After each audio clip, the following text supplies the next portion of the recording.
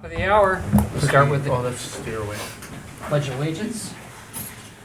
pledge allegiance to the flag of the United States of America and to the republic for which it stands, one nation, under God, indivisible, with liberty and justice for all. Cody, roll call, please. Supervisor Gunning. Here. Treasurer Rice. Here. Trustee Hauk. Here. Trustee Monkey. Here. Trustee Lannon. Here. Clerk Cody here. Trustee Worley excused.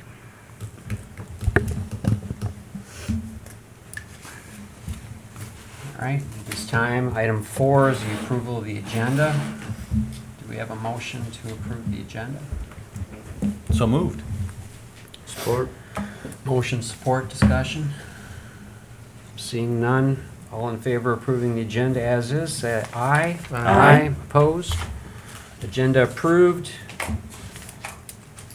Seeing no item 5 or item 6, we move to public comment.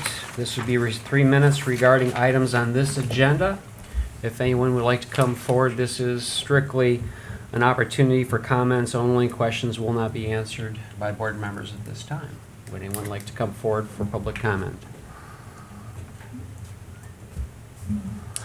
Seeing none, we close public comment at 7:01. And remove to reports and board comments, item 8. We have several openings on the planning commission. We will be planning on voting on those in our next meeting, which would be February 12th. So there is plenty of time or opportunity for people interested in serving the township on a planning commission, which is, I think, probably the most important board we have. No offense to the planning or the board of trustees here, but planning commission, in my mind, is the most important board we have in this township. So we do have 3 expiring terms, and so we will be taking applications right through until we should put our agenda out on the Thursday beforehand, correct? So that would be what date? The 6th. Okay, it's February 6th. So with everybody else's nod of the head, I think February 6th would be although February 5th would be better, wouldn't it? Let's do February 5th. And that way we have the opportunity for everybody to look at the applications that are presented and go from there. So if we have some after that date, you don't want to consider them? I think we need to set a hard deadline at some point in time. But I think if we do have, clarification, if somebody comes in and they bring their application, I think what we'd have to do is probably have Jennifer forward it to us for consideration. But I think if somebody, is interested, I think we should try to give them some type of a... So on the one hand, you said there was kind of a deadline, and you said... Yeah, so I mean, know. how do we feel, folks? Do we want to set a hard deadline? As long as we have a chance to review it ahead of time. Yeah. I mean, So I if it say came the in, 5th. I'm okay with electronic version now, if it came in Monday even. Yeah. So if we get any afterwards, we'll just... How about we Consider encourage everybody to forward get their on. application in by February 5th to That's make helpful. Jennifer's life easier? And then, if you Everything I do... have will be submitted online on the packet, and if those who sneak in after the packet goes out, you're okay with emailing them? Yes, yep, I think so. So, good thing to be is I just want people to be engaged, so I think that's important. Landon had something. Yes, sir. Question while we're on the current list of boards and commissions. Just for clarification, on the Board of Review, we have James Thering, and on the Planning Commission, we have James Thering Jr. Are these one and the same people, or? They're are the these same two? person, yeah, Okay. yep. So if we could just get the junior on the Board of There Review. is a James Thering Senior. Yes. Yeah. So, yeah, Nice. that would be confusing. So that's a little clerical error. We can we'll have to ask him if he likes to go by Junior or just James Thering, right? Looking at the rest of our boards, I don't believe we really have anything except for sidewalk committee. We have the PC representative, obviously, that would be updated. Question, I can't remember, the member at large, what does that mean when it's a member? I see resident, and member at large on the sidewalk and prioritization. What does that mean? We said they didn't have to be a resident. Okay, Right, when we formed it. okay. So this person's not a resident or is? Do you know? Not sure? I don't know I if they're don't know if resident Connie is or not. My recollection is in the ordinance that you're allowed a member that You know is she not is? a resident. Connie Bills is. She's a resident. I was gonna say, Okay. I was gonna say, I think Connie is, but I can't be 100% sure, but Lisa did say yes, she is. Okay. But I believe the ordinance allows for a non-resident. Non-resident? Yes. That Gotcha. happens to be a member at large. In Yes. this case, they're a resident. Gotcha. Yep. All right. Wrapping up the list of boards and commissions, we moved to item B, Planning Commission and ZBA updates. This would be presented to us this evening by our new Community Development Director. Okay. Not sure if you want to be a coordinator or I keep wanting to say coordinator. One of the two. I do a lot of coordinating. Yeah, exactly. Thank you. We had a zoning board of appeals meeting and a planning commission meeting this week. On Monday, the zoning board of appeals had a special meeting where they considered several requests from the same applicant. They had a text interpretation looking at the definition of lot and how it applies related to condominium units in the McGurk development. And the fact that that has now been divided, the building has been divided into 13 individual condominium units. The zoning board of appeals ultimately decided that those units did meet their interpretation of the definition of lot that is in our current zoning ordinance. They then considered variance requests from the same applicant related to both wall signage and freestanding signage that were based on that interpretation. They did ultimately, after deliberation, grant a variance to the wall sign standards. It really simply reallocated the area allowed for, the size allowed for wall signage, reallocated how it would be applied to the building. But they then granted a variance related to freestanding signage that will result in a new boulevard entrance sign. They approved at 300 square feet and 33 feet high, with a matching future sign to the west of the existing building. And then two much smaller freestanding signs would be located in front of the building along the M20 frontage. They did follow the criteria in the ordinance, carefully considered it, and they made findings of fact that backed up their decision. But they did approve the variance requests that were asked of them. The Planning Commission met in their regular meeting yesterday evening. They had two items on their agenda. One was a request for a home occupation permit for Roy and Jerry Hoyt on Millbrook Road. This was the request in the application was to allow Mr. Hoyt to do minor repairs, oil changes and such for a taxi company that would be bringing, as the application said, bringing the cars onto the site. He would do the work in his detached pole barn, and then they would be removed again.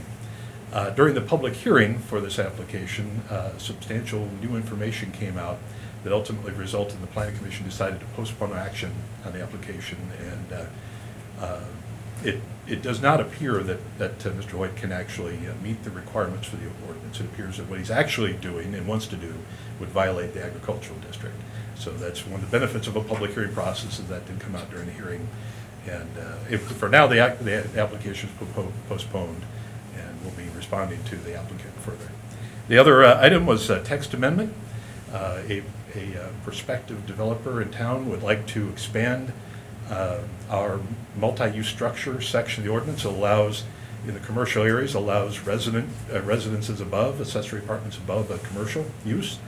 That provision currently restricts the structures to 2 stories in height and pretty significantly limits the number of apartments and the size of them. They like to greatly expand that. They followed the amendment application process and submitted an application for a text amendment. The Planning Commission held a hearing on it. They also postponed action on that to consider it further. There's questions about how this interacts between our current ordinance and our proposed ordinance, and but that will be back on their agenda in February. I have to answer any questions you may have. Oh, and I apologize. In both cases, we also provided some training materials related to decision-making, actually they are defensible decision-making for both boards to help start that training process for the year. Go ahead, Jim. Oh, go ahead.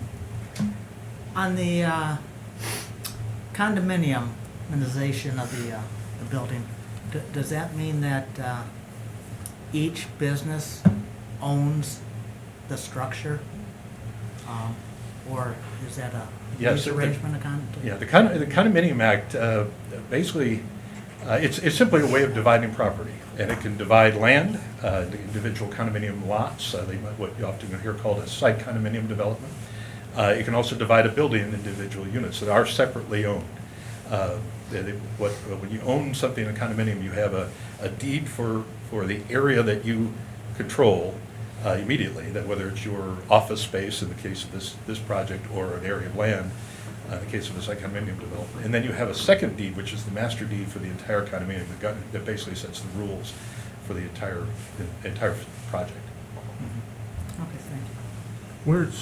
Where's the 33-foot sign going, on Lincoln Road or on M20? Oh, thank you, yes. It would be on M20. Okay. Yeah. There's an existing Westwood, Yeah. Would replace that sign Oh, okay. on the boulevard entrance. I have a question.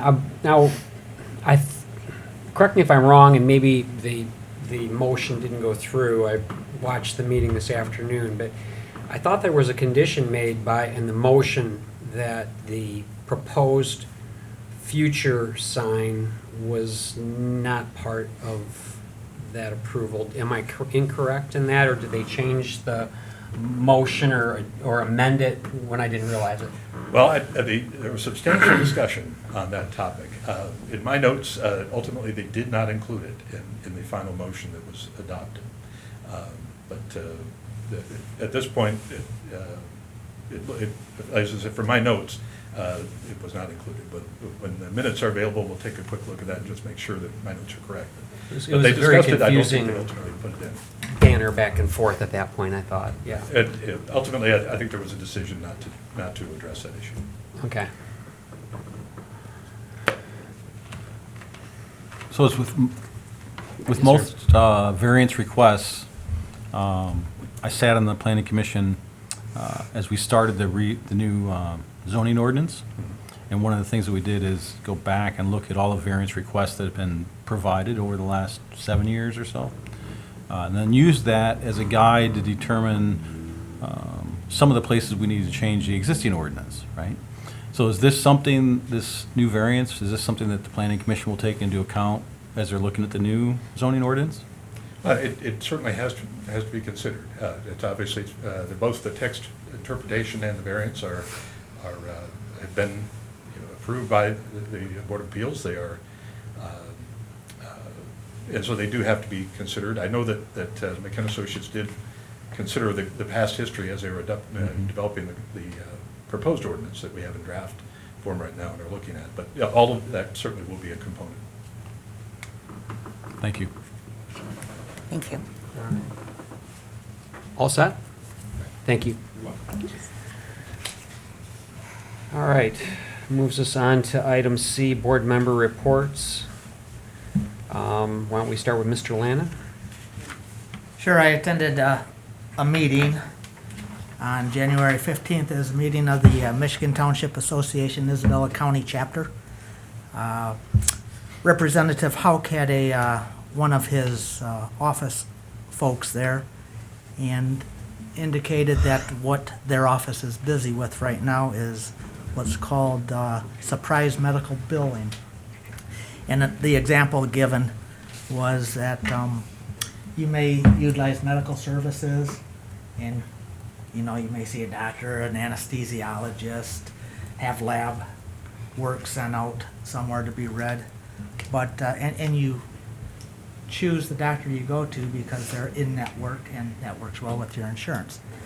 But maybe the anesthesiologist is not in network, and so you're receiving that surprise in your billing. Anyways, that's quite a concern with many folks in Michigan, and Representatives Hauk's office has been working on that specific issue. Also, the chair of the committee brought up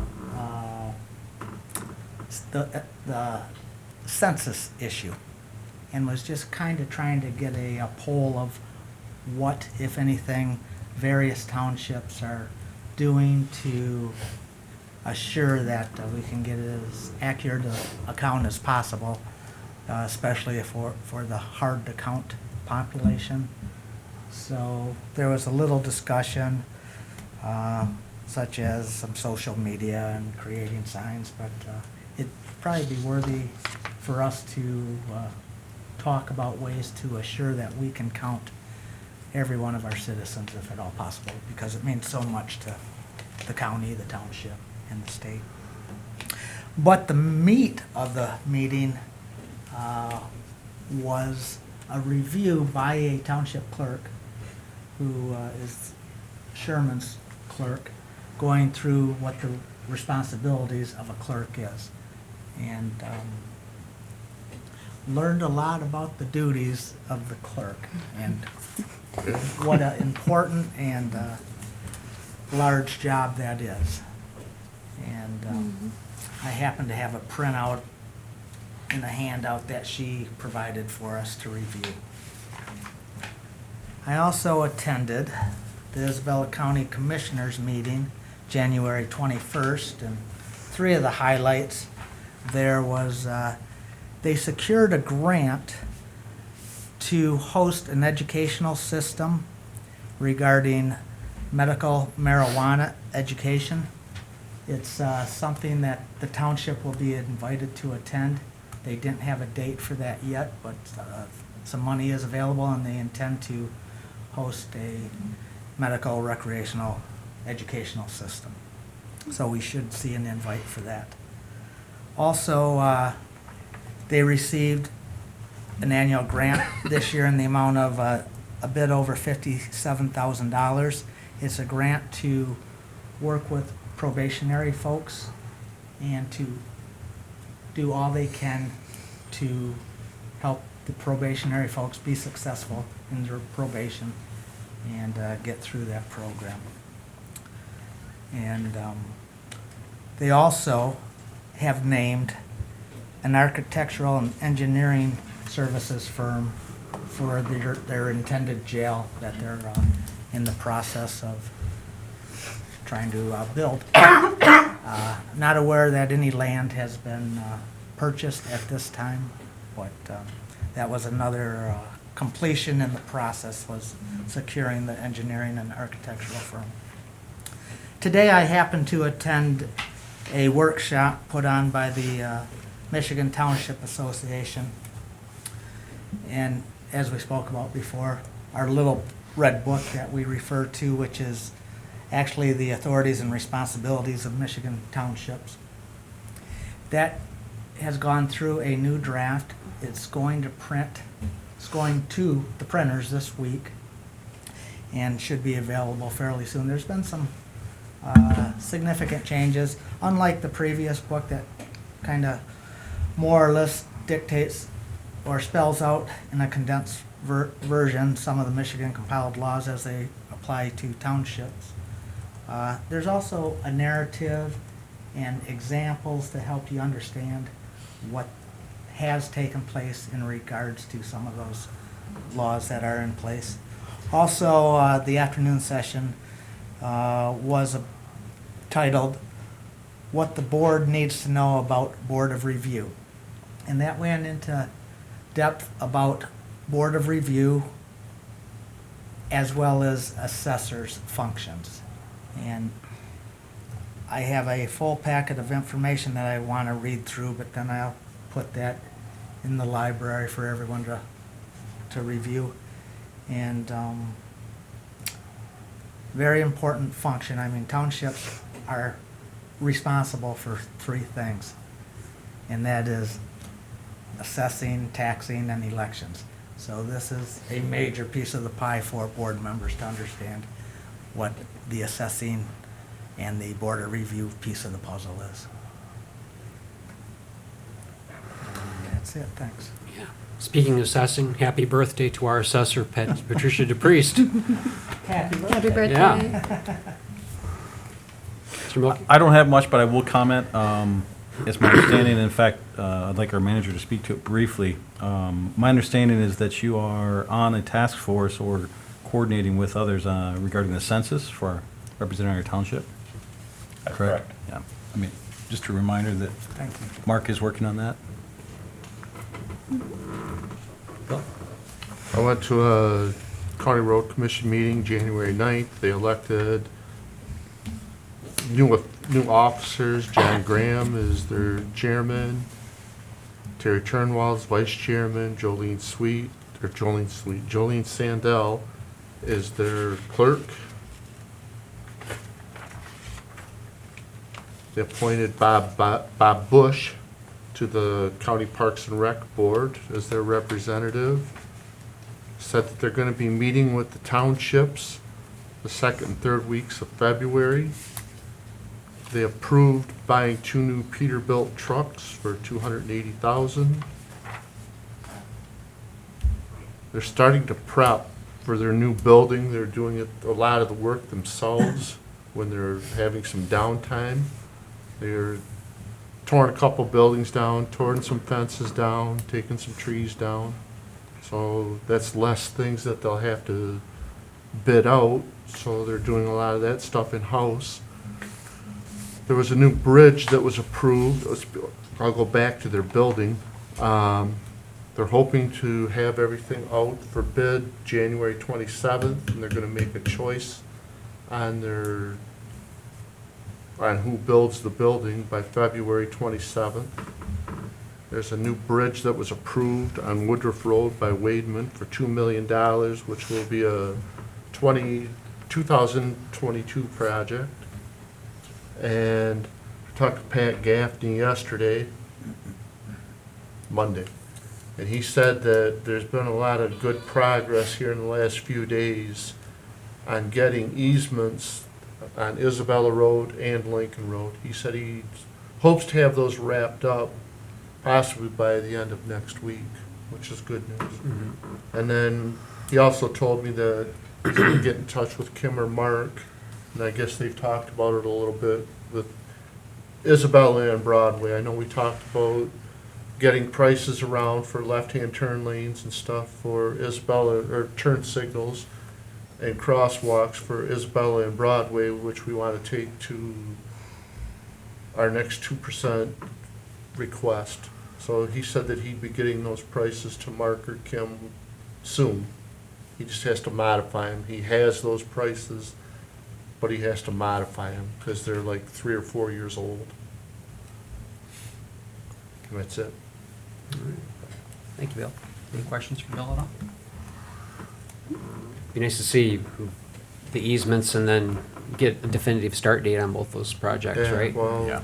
they need to get going on them because, everything's going out to bid right now for construction, so everybody's filling up. So Yeah. hopefully we'll be able to get those projects done yet this year. Cross the fingers. Treasurer Rice. Taxes are coming up due this next month, the 14th. So just a reminder, people can pay online. They can't get into the hall by then. They can go to our website, and right there's a bill pay lookup. You can look up by your address, parcel number, whatever, or your name even, and go right to tax information and it'll say right there, pay now. So you can pay right there if you can't make it in. All right, Yeah. all right, thank you. Clerk Cody. At the January 13th city meeting, they did a proclamation in support of Peacemaking Recognition Day, January 20th, 2020. They had some census updates, which they talked about how they're advertising with the signage. They have hand sanitizers and other little things that say 2020 census on it to give out at some of their events. They have Facebook page and other different ways they're doing to advertise. That's pretty much it for the city meeting. I went to train the trainer class today, so I can now train our election workers for Union Township. We are still having the training classes tomorrow at 5 p.m. and then Tuesday the 28th at 9 a.m. Those classes the county are training those classes. I will be having classes later for the people that are in Florida and for the August, November elections. Another thing, the ballot envelopes for the AV are completely different. They're white with blue on the side. They're not the orange ones anymore. They changed them. So if anybody's doing AV, the envelopes have changed, and we have a sample hanging in the lobby. How are you doing on election workers? I think we're good. Are we in good shape? I think so. Okay, good. I know that was an issue last time we had a meeting. I think you said you were having a hard time finding sufficient workers. Good. I'm glad to hear that. EDA, today's what? Yeah, it was yesterday. We approved our funding for the festival banners with outreach. And I had a question for the rest of the board members, because one of the members brought up that, and I guess I'd never really noticed it, and Mark is aware of this, is that the banners are sponsored by us, obviously, the Saginaw Indian Chippewa Tribe and the city of Mount Pleasant. And on each of those banners, apparently, each of those entities put like a logo on that shows that they supported. We had chosen not to do that, apparently, at some point in time.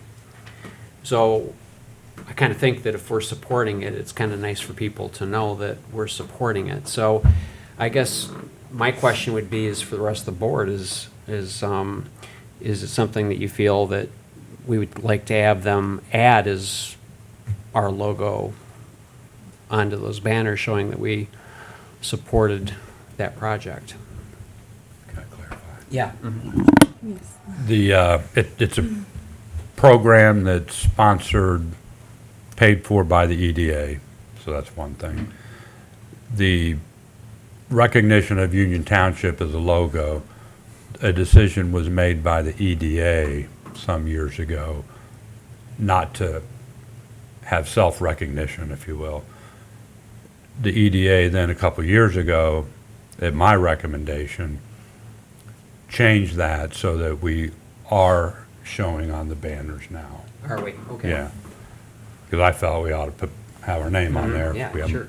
And the EDA agreed with that 2 years ago, Okay. and the discussion last night did not change that. Okay, all right. So our name is on there. Is on there. Okay, good. I thought that was a little odd. I was like going, why wouldn't we want to let people know that we support a project like that, right? And that was basically it for EDA. It was a pretty light schedule. Right, that closes item 8 and moves on to item 9, consent agenda. We need a motion at this time. I'll make a motion to approve the consent agenda. Second. And who checked the payables this time? The warrants look good and checks were signed, ready to be mailed out. I did have one question.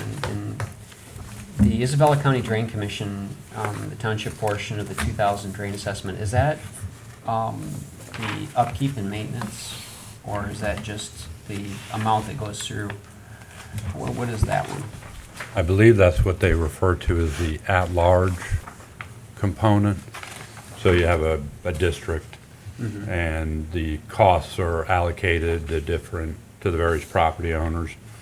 And then there's a portion of that cost that then is referred to as at-large, and it's not borne by any particular property owner. It's borne by the township Gotcha. as the township general taxpayer, the Okay. township writ large. So that's what that payment is. Okay, and then we have a separate payment that we make that is like a general upkeep portion, correct? Is there another one in the other? I thought there was like another component in there, wasn't there? I don't know. I can't remember. I'm not, Okay, 'cause I wasn't sure. I mean, Bill, you drive by there.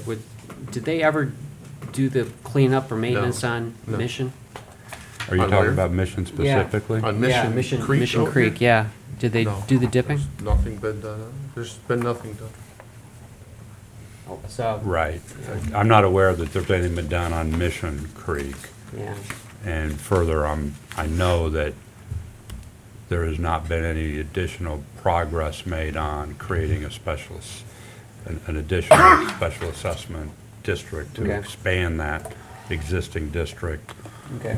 or to bill us for the maintenance work that I think they could do if they ever do any of the dipping.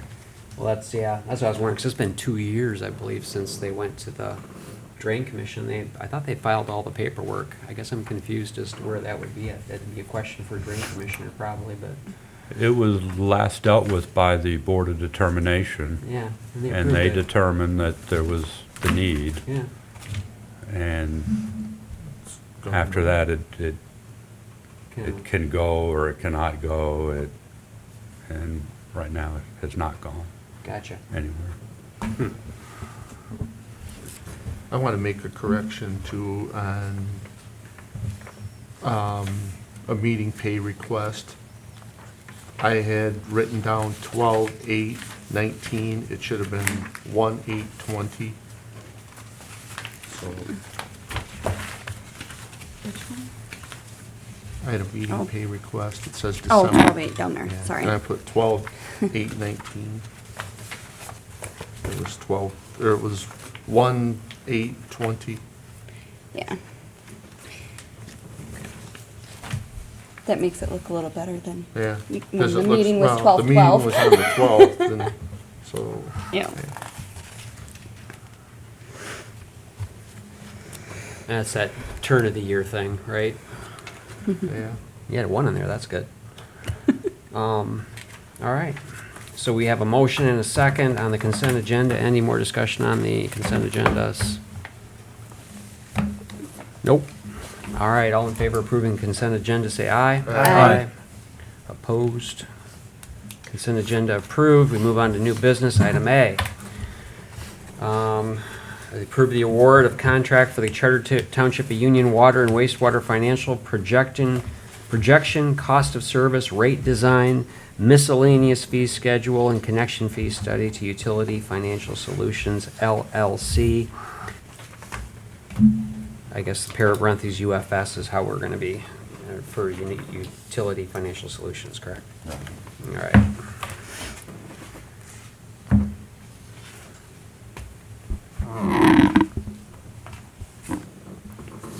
So good evening, everybody.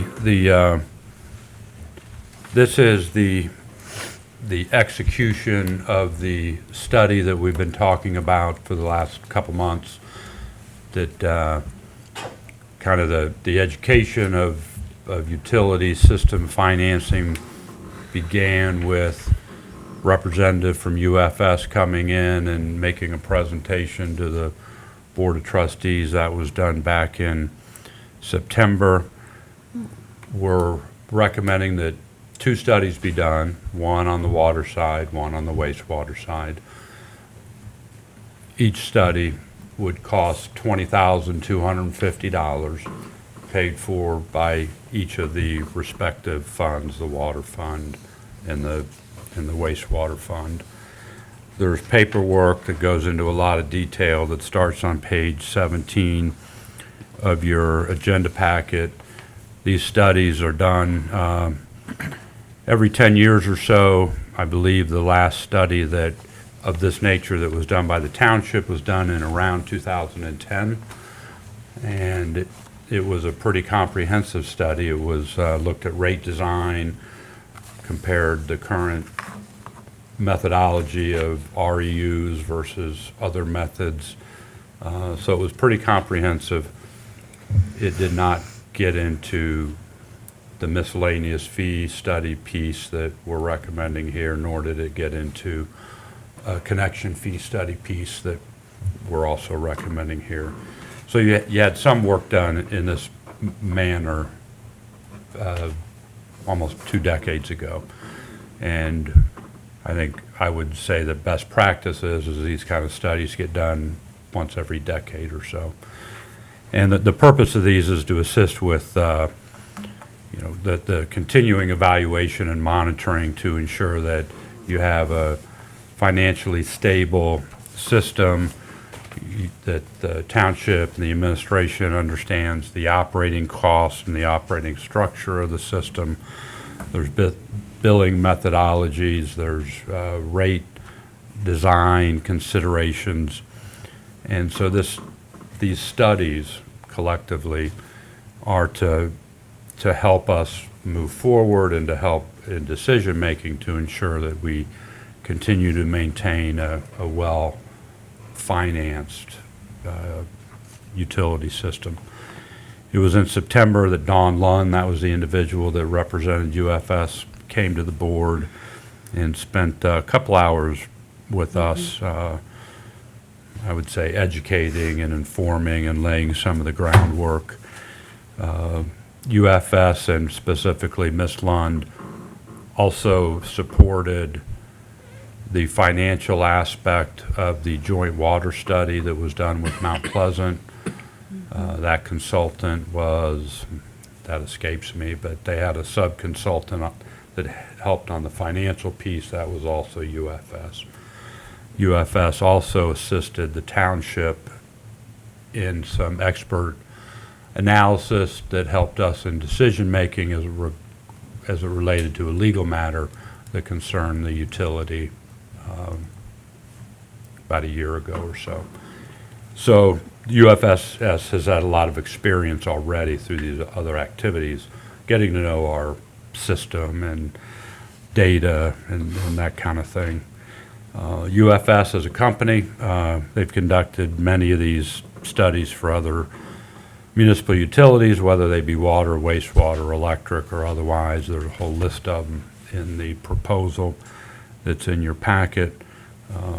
By the way, I will note that UFS also helped us construct the wholesale rate proposal that we provided in Ottawa Township when they were looking to be a wholesale customer of either our system or the city. The administration requested a proposal from UFS that was to address and include the technical aspects of how they would conduct these kind of studies. The studies are going to provide for 5-year financial projections. They're going to provide for a comparison of our current rate design, which is what I call the REU method, and also proposing another design, which is kind of often referred to as the utility basis method, rate method. Compare those two. It'll help us, and this was similarly done back in 2010. It will help the board decide if they want to make a change from the REU system to what I would describe as a system that may better meet our system being more modern, being more mature. So it may be time to move away from the REU and method, and this study will provide a lot of the information to help with that decision making. In addition, there'll be a study done on the miscellaneous fees that we charge everything from bad check fees to turn on, turn off fees. There's also going to be a separate study that deals with the connection or hookup fees that I know has been a point of interest by the board. So in I believe if I count it right, there's 5 studies going on.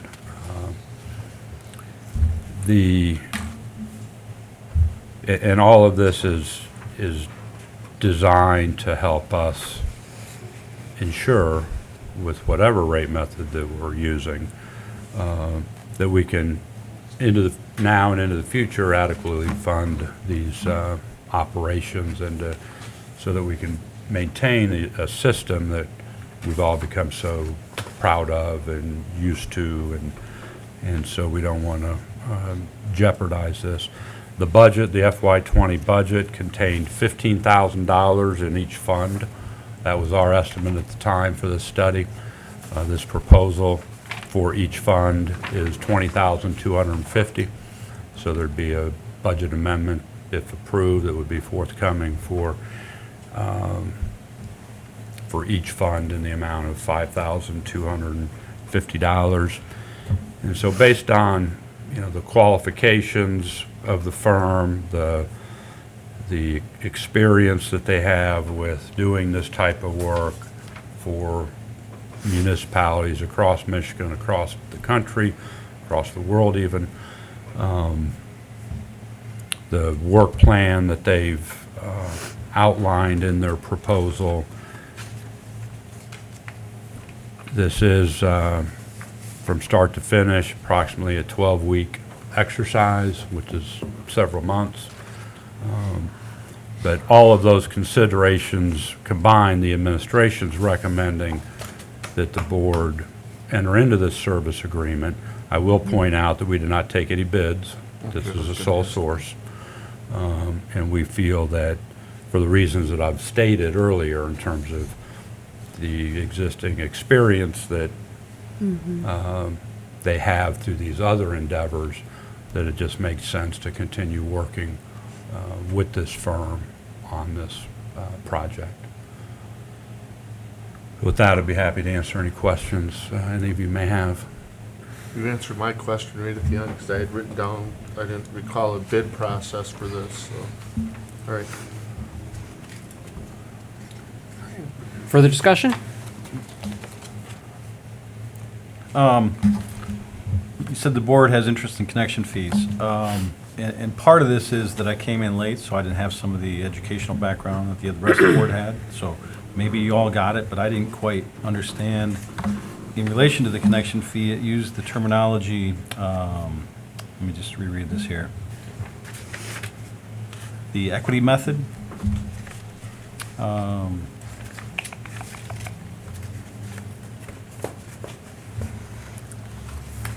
What page might you be on? I'm sorry, page 37 of the packet, page 14 of the proposal. So it said, like, the purpose of this is to ensure connections are put in the same equity basis as existing customers, and I guess I wanted explanation of what that meant. So you have existing customers that are already hooked up to the system, and because of that, they've accrued equity in the system because they've been a member of the system. And then you have somebody coming in from the outside, and part of, so they're going to connect to the system, and they're going to become, at that point, I'll call it an owner. Yeah, or a member of the A member conglomerate, of, right? A member, an owner. And so we're wanting to make sure that that connection is equitable in regard to existing customers. So that, and I don't know exactly what that, how that equity is established. Okay, because that was going to be That's why my they've got the question. consultant. Yeah, I was trying to figure out how that applied, really. I kind of get it. You don't want to undercharge or overcharge someone based on the history of charges for this? Is that part of Well, the process? how else can I say It wouldn't be fair to go, oh, we can do a lot less here, but, A customer coming in by connecting to the system is all of a sudden going to be able to take advantage of the benefits of the existing system. There's already pipe laid, there's Right. already pumps Right. and valves, and they should have to pay for some of that. right. And so determining what that proper payment is the study. So it's basically a benefit fee. Kind of sort of similar to what we've already got as a benefit fee. Yeah, Yeah. there's a lot of different terminology, Yeah. benefit fee, hookup fee, connection fee, it's all the same. Yeah, I was just Different trying to interpret nomenclature. the equity basis from existing customers and what that actually meant. So, that's helpful. Okay. It's kind of what I thought, but I wasn't clear to me from the language there. I wasn't sure if it meant like if you already were hooked to the system and say you put an expansion on your building, then since you already have ownership in it, then the connection fee maybe is lower possibly than it would be if you were a newbie in the community with no connection and you're hooking up to an existing system? I can't answer that, I don't know what. That's why I read the same, that's why I kept rationalizing in my head was that, I don't know. Makes sense. Yeah. Yeah. All right, further discussion. We need a motion at some point. I'll make a motion to award the contract for the Charter Township of Union Water and Wastewater Financial Projection, Cost and Service Rate Design, Miscellaneous Fee Schedule, and Connection Fee Study to Utility Financial Solutions, LLC, in the amount of $40,500. I'll support. Motion support, who got it? Kim or Bill? It doesn't. Rock, paper, scissors, or? I don't care. Okay, we'll give it to Kim. All right, so we have a motion and a second to approve the award of the contract for the Charter Township of Union Water and Wastewater Financial Projection, Cost of Service, Rate Design, Miscellaneous Fee Schedule, and Connection Fee Study to Utility Financial Solutions, LLC, in the sum of $40,500. All in favor? We still No, have discussion. I'm, my apologies. Oh, for goodness sakes, I thought you were all done with your No, he was questions. over going I'm like sorry. this. I have to repeat that whole thing again? Yeah. No. Well, No. you did No, it you so don't. well. We don't, I don't know why we Holy do that. criminy. No. We don't have to do that. I guess this is probably a question for our manager. And I just didn't see it, and I looked for it. I did see the 12 weeks and the layout of the approach of how they were going to go after these studies, right? But execution date would put us at a start date of, was that anticipated? I mean, is this something that they begin essentially immediately, or did I miss that? Or do we not know? No, upon approval tonight, we would be able to get pretty directly into their production schedule. Okay, so it's anticipated relatively soon then? Relatively soon, we'll be starting, exchanging data, having a kickoff meeting, understanding what data we need to provide. It is my hope and intent that the information, the results of this study, will be brought back, digested by the board, allow for decision-making that will then impact the FY21 budget. Okay, thank you. And it may be in here, but I looked and I just didn't see the, There might not have been an okay, actual start date in there. thank you Supervisor, sorry. Going once, going twice. Anybody else? All right, so All in favor? Just- we All in do have favor. a motion and a second on this, and this is going to be, well, this is a lot of money. Let's make sure we do this right. Approve the award, approval award of contract for the Charter Township of Union Water and Wastewater Financial Projection, Cost of Service, Rate Design, Miscellaneous Fee Schedule, and Connection Fee Study to Utility Financial Solutions, LLC, in the amount of $40,500. All in favor, say aye. Aye. Aye. Opposed? None. So motion is unanimous. Be nice to get that baby going. Thank you. All right, item B on new business. This is a discussion item. It's policy governance 2.5, financial condition and activities. Thank you. This report begins on page 57 of your agenda packet. This is a quarterly report. The review month is, the quarterly period under review is October, November, and December. The policy in its entirety is a little bit lengthy. The top line indicates that with respect to the actual ongoing financial condition and activities, the township management team shall not cause or allow the development of fiscal jeopardy or material deviation of actual expenditures from board priorities established in the end policies. So what that basically says is that the money that we spend should be directed to the ends that have been articulated at the front end of the policy, but the entire policy document. There then are 10 or so sub policy statements, and these are kind of restrictive or stated in a negative fashion, in that, for instance, 2.5.1 says that management shall not expend more funds that have been received in the fiscal year to date unless the debt guidelines, which are defined below, have been met. So it goes through a bunch of statements of what we're not allowed to do. And I'm not going to go through all 10 of those. You can read them. In the main, what it's saying is that we ought to stay within budget, that if we are going to have budgeted revenues under expenditures, in other words, the use of reserves, that we're going to acknowledge that and know that and make sure we have enough reserves to do that. And as long as we do, that's okay. That we're going to pay our vendors timely, we're going to make payroll timely, we're going to pay the taxing units timely, because one of the big jobs of the township is to collect taxes for all these other taxing units. And that's to the extent possible that we're looking forward when we're spending our money, so that we're not just focused on the here and the now. We're conscious of what we're doing today has an effect on what we're wanting to do and what we need to do tomorrow, so to speak.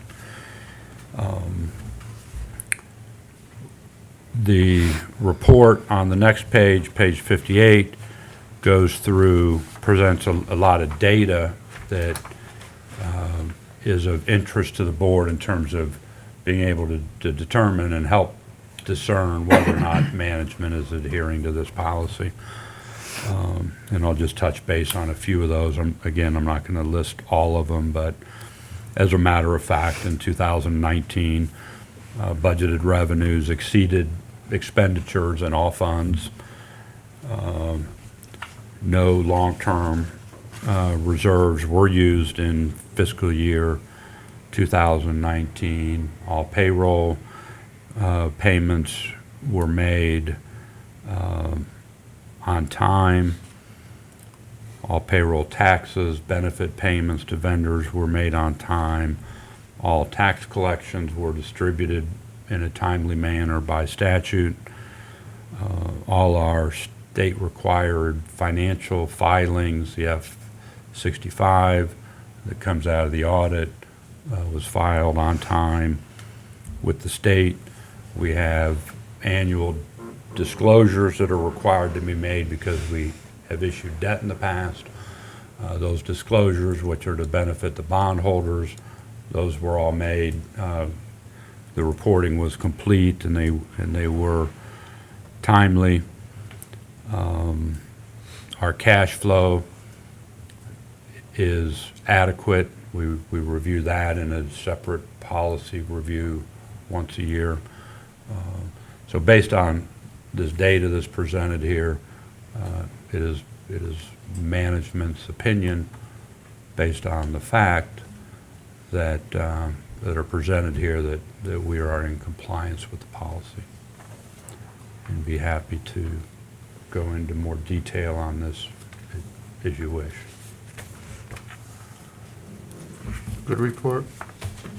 See Sherry's name on the top of his lat too. Took a few days, huh?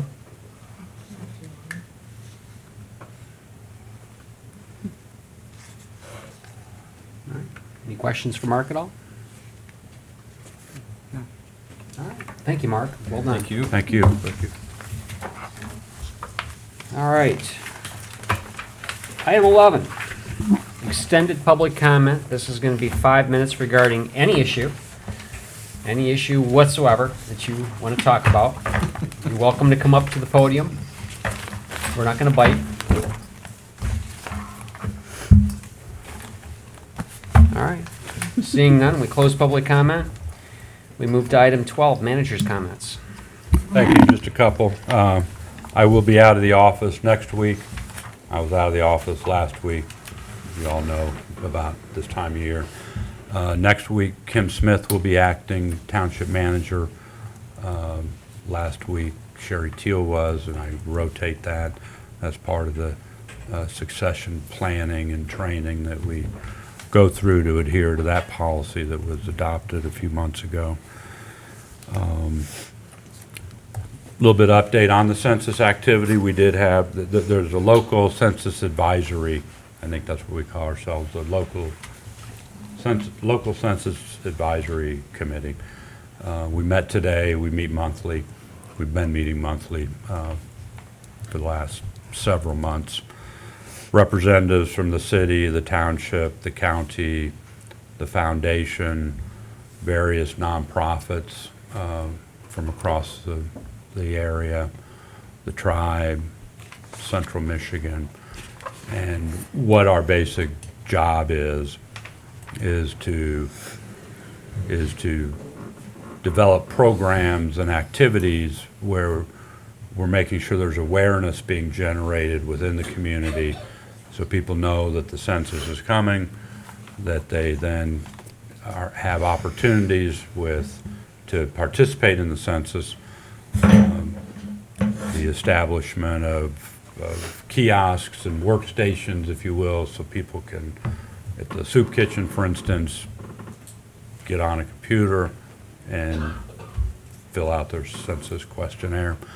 If there's literacy problems, then we have teams set up to help them make phone calls, because you can also submit your census information via the phone. So those kind of programs, some of the things that were mentioned earlier, the swag. At some point, you'll see a big banner sitting in the lobby here about the 2020 census, so that when people come in, they're reminded that they're soon to receive the questionnaire, however that comes, I think mostly by mail. You mentioned the chapstick and the hand sanitizers. We have 500 of each coming to put in bowls out front, so when people come in, they can grab them. And it's just a way to keep the issue on the top of everybody's mind. And things amp up as we get closer to Census Day, which is April 1st. To date, directly with the township, the summer or the winter? The winter tax bills went out with a census flyer as a mailer insert. So we were able to touch all those households in the township. It's a reminder the census is coming up.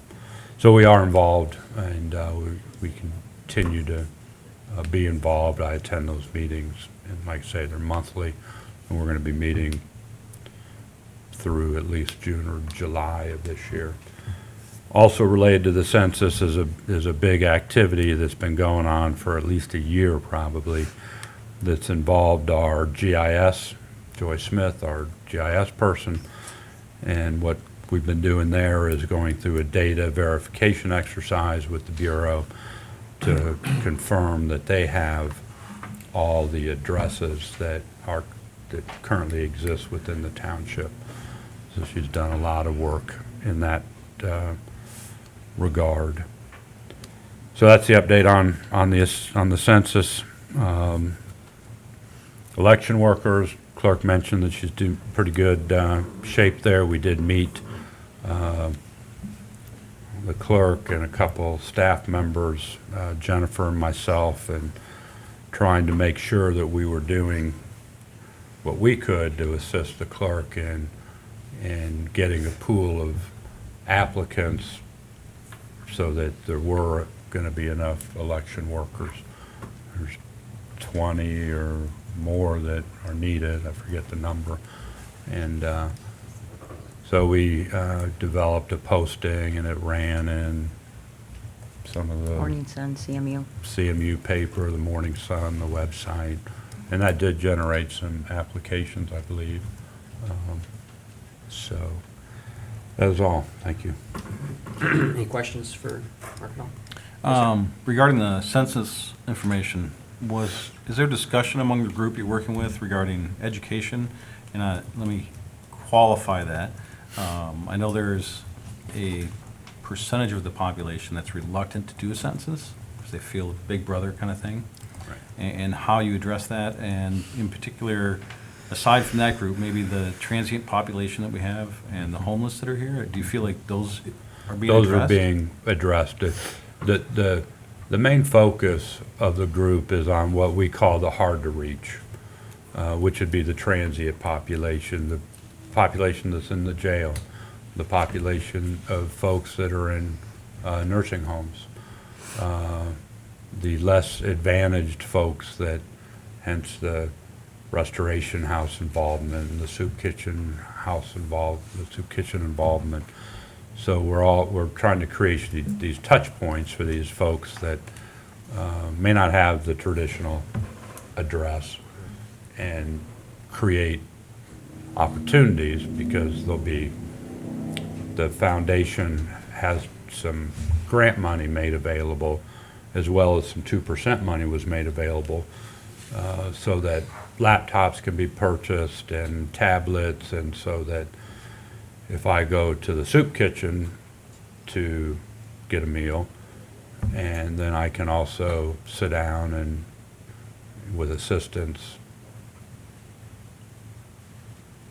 what's the term I'm looking for, participate in the census, and fill out the form and be counted. So is there efforts to educate as far, the first group I mentioned was the reluctant ones. Why it's important, right? Right. And what we're doing there is trying to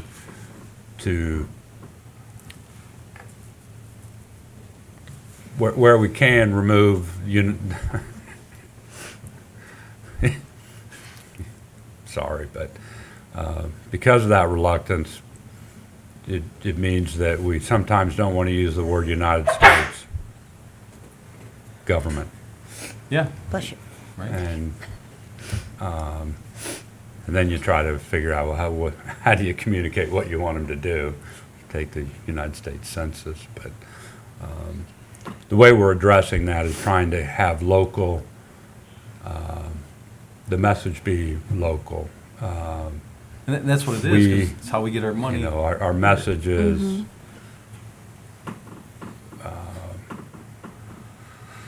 we care about you, so be counted. Those kind of taglines, using the state of Michigan kind of silhouette and not the silhouette of the country. So we try to make it less federal, Right. more state, and where we can, local, to address that issue. Hope No, that helps. that helps. Yeah, it does. Informative. Yes, thank you. Further questions? All right, let's move from, let's see, item 12 to item 13, which should be final board member comments. Let's start over at this end of the horn. Nothing? All right. Kim? I am currently scheduled to do the MTA annual conference. It's April 27th through the 30th. You know, anybody that can go to that, it's really recommended. They usually do a really good job every year. It's at Grand Traverse Resort this year, if you didn't already know that. So there's that. I also just kind of wanted to give props to Clerk Cody for a minute on election materials. She went above and beyond. It was going to cost thousands of dollars to get her election materials here. She went and picked them up and saved the township tons of money doing so, hundreds of dollars. So kudos to that. So Road trip. Yeah. yeah. So Well, along those lines, that's one thing I was gonna lead into is, oh, sorry. oh, are you done? Yeah, I was Oh, I done. thought Yeah, Oh, good. He was looking at me, so. yeah. Along those lines, I would wonder, we've talked, maybe at our next election cycle, should our clerk be a full-time position? I mean, when we went to that meeting last Wednesday, Tim and I, and Sherman Township's clerk was talking how busy she is. And I'm not sure what their population would be compared to ours, but it can't be near as much.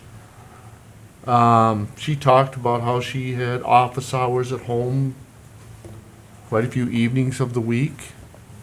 And I know talking to Lisa, sounds like she's here a lot. I mean, I drive by here a lot and her car's out here. Many times when I drive by, I'm just wondering what the feasibility is of having our clerk be a full-time position. It'd be an elected full-time position, but is it needed? So is there a way we can, Well, I don't know recently, but I know in the past at some of the trainings, they actually specify, even though they say it's a part-time position, it's not. And you just kind of have to know that going into it, that none of these are realistically part-time positions. But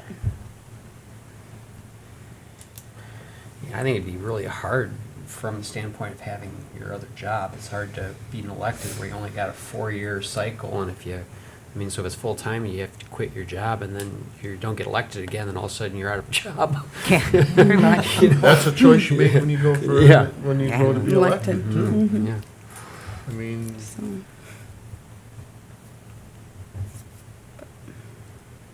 So, I don't know if other charter townships in the state are, if their clerk is full-time. Maybe we should check on that. So that's all I have. Yeah. Thank you, Bill. Briefly, not too long ago, I was on the Planning Commission and the ZBA, and there was quite a few of those meetings where they could be rather intimidating meetings, crowded meetings, et cetera. And there was a few times, in fact, I called our manager at one point and said, I don't want to go through this again without counsel. If I know going into something that it's going to be contentious or that there's going to be legal representation for the applicant, I want legal representation from the township to give me the other side, so that as we're making our judgment, I'm better prepared and better educated.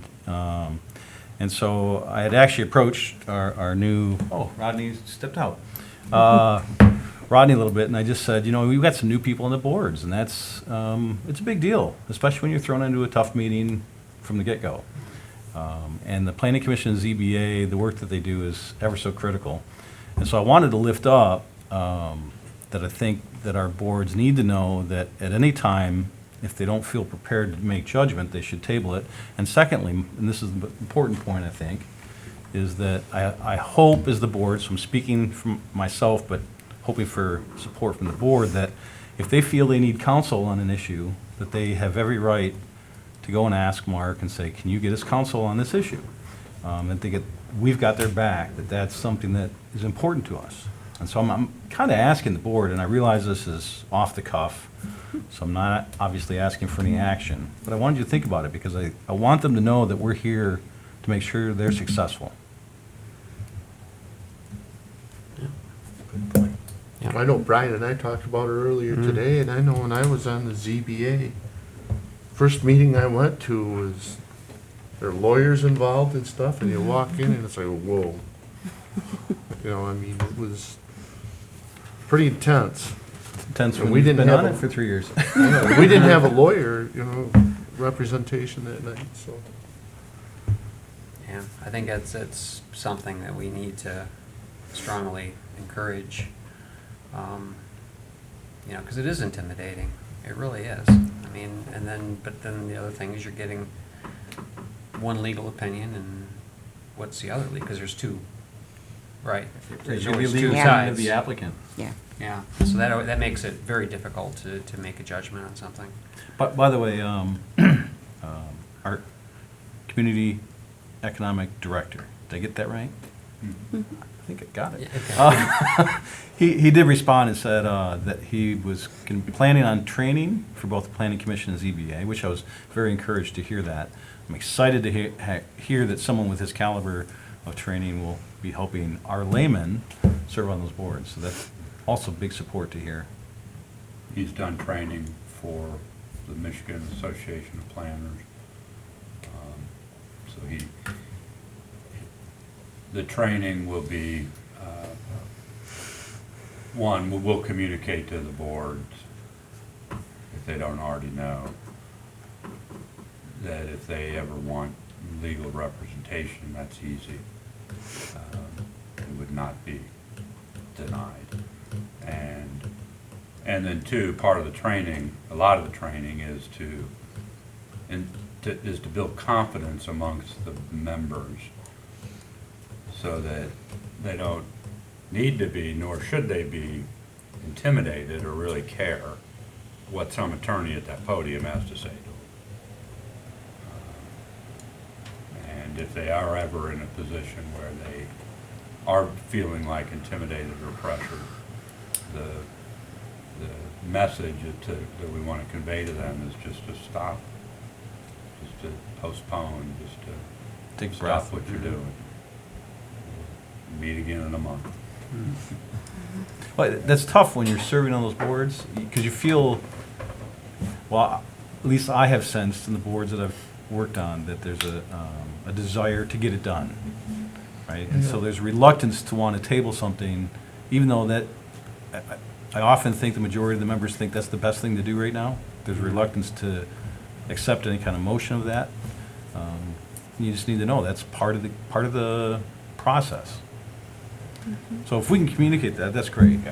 So we're going to, I mean, their bylaws require them to attend training, and we try to encourage that. We can't force them to do it. But we're not going to wait for MAP's quarterly training. We're not going to wait for MTA's next training. We have an employee that can begin that training. Great. Nice. Yeah, I was going to say, there was a lot of tabling last night on TV, too, up to like about 12:30 in the morning. Mr. Landon? Thank you. I'm sure you didn't miss it, but I just didn't hear it. We did offer an extended public comment tonight. Was that correct? Yes, Yeah. yep. I missed that. Yep, Went by quick. nobody jumped up. Okay. Yep, it I went have quick. no other comments. Yep, Thank okay. you. I have one comment, and it kind of piggybacks a little bit on Trustee Melky's thoughts. But the alternates on the ZBA, I think it's something that and I talked with Bill. Bill was on the ZBA, and I think it's really important that the alternates are encouraged to be there and to make sure that, part of the process, I think, with being an alternate, particularly when you're a newbie, right, or you haven't been on a board in a while and you don't know how maybe the nuances of that particular board operates, I think, just to be there and to watch the process and see how people think and how they interact is so important. And I wasn't aware that the alternates don't get paid. And I think that if we're going to encourage them to be there, and they're taking an evening away from their family, that for $65 a piece, I think is what I heard that we pay them to show up for a meeting.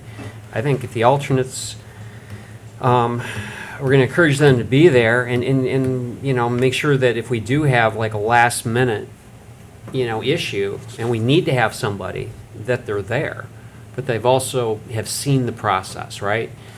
And so I don't know if this is something I wasn't aware of actually until I had a discussion today, and I think it's important that if we're going to do this, that we encourage them to be there, and for some of them it's not a big deal, but I think that it's more of a token appreciation is that, hey, we want you to be there, and even if you're not called up, we still want you to be there, and we're still going to, help you or reimburse you for your time. So I don't know how everybody else feels about that, but yes, sir. I'll just add that it was always odd to me when I was on the ZBA. I was not an alternate, but the alternates on the board that I served on typically would show up, and they were prepared. And for them, they also have to prepare, which means they have to go through their packet, they have to drive maybe on site. All the work that leads up to that, to me, is worth at least that small compensation to say, hey, we value your time in preparing for this, even if you don't get to judge in it. Yeah. And they don't know up until the last They minute don't, sometimes, right? Yeah. When I was on it, I know the first 3 meetings that I went to, I was an alternate.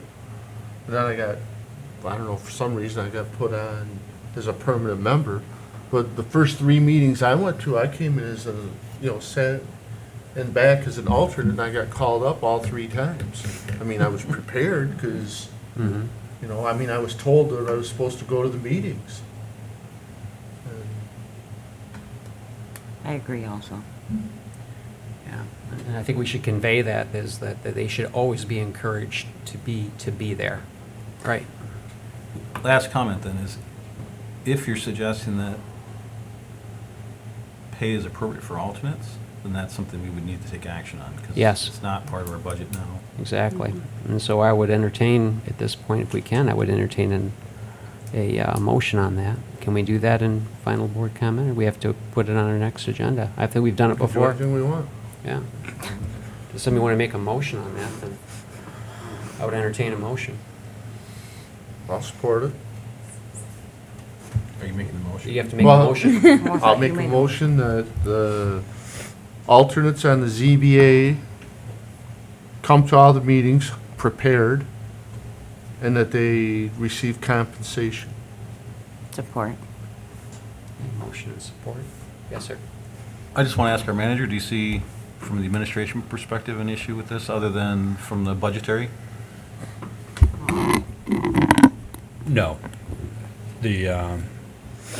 We do encourage the alternates to attend. I've had discussion with alternates about, and their question was, should I come? And I go, yeah, if I were you, I'd come, because one of these times you're going to get called when you're there, and if you don't come, you're not going to know what to do when you get there. My only question would be, as part of the motion, are they going to get paid? And I'm thinking they should, but since it's not part of the motion, what's the amount? The other same board- amount. Same as amount? The other board of members make ZBA. $65, so make it congruent with, good term would be incongruent. And so with- as long as they attend the meeting, they'll get paid whether they're called up to the table or not. Okay. If they are there and they get called up, they have been getting paid. Yeah. Right. I know when I was on it, there were a lot of times it was hard to get a quorum. So did you want to amend your motion to the? I'll amend my 65? motion that they get paid the same amount as regular ZBA board members. I'll support that. Okay, motion and support. Any further discussion? No. All right. I'd just say that Yes, it's sir. such an important Yes. board, Very. and the responsibility that they carry is basically the end of the story unless something's appealed to Yeah. Go to the court. Yeah, yeah. And so having that continuity and clear understanding, if an alternate is selected to come forward, it may have been information that has gone from one meeting to the next, and they'd be fully briefed. So I think it's a wise and prudent decision. Yeah. All right. So all in favor, say aye. Aye. Opposed? Motion does carry. Thank you, Ben. I think that's a good move, you guys. That's a good end comment. Yes. Are you All motioning right. to adjourn? We need to have a motion to adjourn. I'll make a make- motion to adjourn. Support. Motion to adjourn. All in favor, say aye. Aye. Motion adjourned, and we are adjourned.